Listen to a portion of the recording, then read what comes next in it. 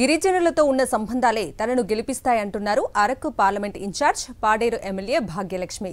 గిరిజన ప్రజల ఆరాధ్య దైవం మోదకొండమ్మ అమ్మవారిని భాగ్యలక్ష్మి దర్శించుకున్నారు. సీఎం జగన్ అప్పగించిన బాధ్యతలను సమర్థవంతంగా నిర్వహిస్తానంటున్న భాగ్యలక్ష్మితో మా correspondent Ramachandra face to face. పలు ప్రాంతాల్లో వైఎస్ఆర్సీపీ ముందుగానే సమన్వయకర్తలను ప్రకటించింది. ఆ క్రమంలో చూసుకుంటే పాడేరు లోక్సభకు సంబంధించిన సమన్వయకర్తగా కొట్టగొల్లి భాగ్యలక్ష్మిని నియమించిన పరిస్థితి.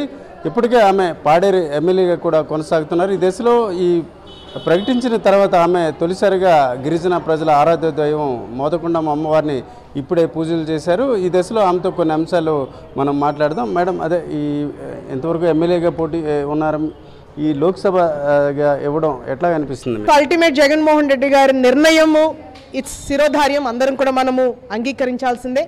అండ్ ఆయన నా మీద పెట్టినటువంటి నమ్మకాన్ని ఎట్టి పరిస్థితుల్లో ఒమ్ము చేయకుండా, ఎందుకంటే అరకు పార్లమెంట్ అనేది దేశంలోనే సెకండ్ లార్జెస్ట్ పార్లమెంటు విస్తీర్ణంలో.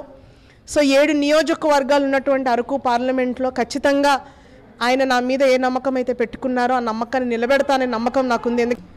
ఉన్నటువంటి ఈ తక్కువ సమయంలో ఖచ్చితంగా అన్ని పార్లమెంట్లు అంటే అన్ని అసెంబ్లీ కాన్స్టిట్యున్సీస్ కూడా ఎగ్జిస్టింగ్ మన కేడర్ ఉంది. అండ్ అదేవిధంగా ఈరోజు జగన్మోహన్ రెడ్డి గారు ప్రవేశపెట్టినటువంటి సంక్షేమం కానివ్వండి, ఈ 5 సంవత్సరాల్లో జగన్మోహన్ రెడ్డి గారు చేసినటువంటి అభివృద్ధి కానివ్వండి, ముఖ్యంగా గిరిజన ప్రాంతాన్ని అత్యంతంగా వేగవంతంగా అభివృద్ధి పదంలో, అదేవిధంగా ఈరోజు ప్రతి ఒక్క గిరిజనుడు కూడా సంక్షేమాన్ని ప్రభుత్వం నుంచి అందుతుందనంటే ఈరోజు ఆయన పెట్టినటువంటి వ్యవస్థ.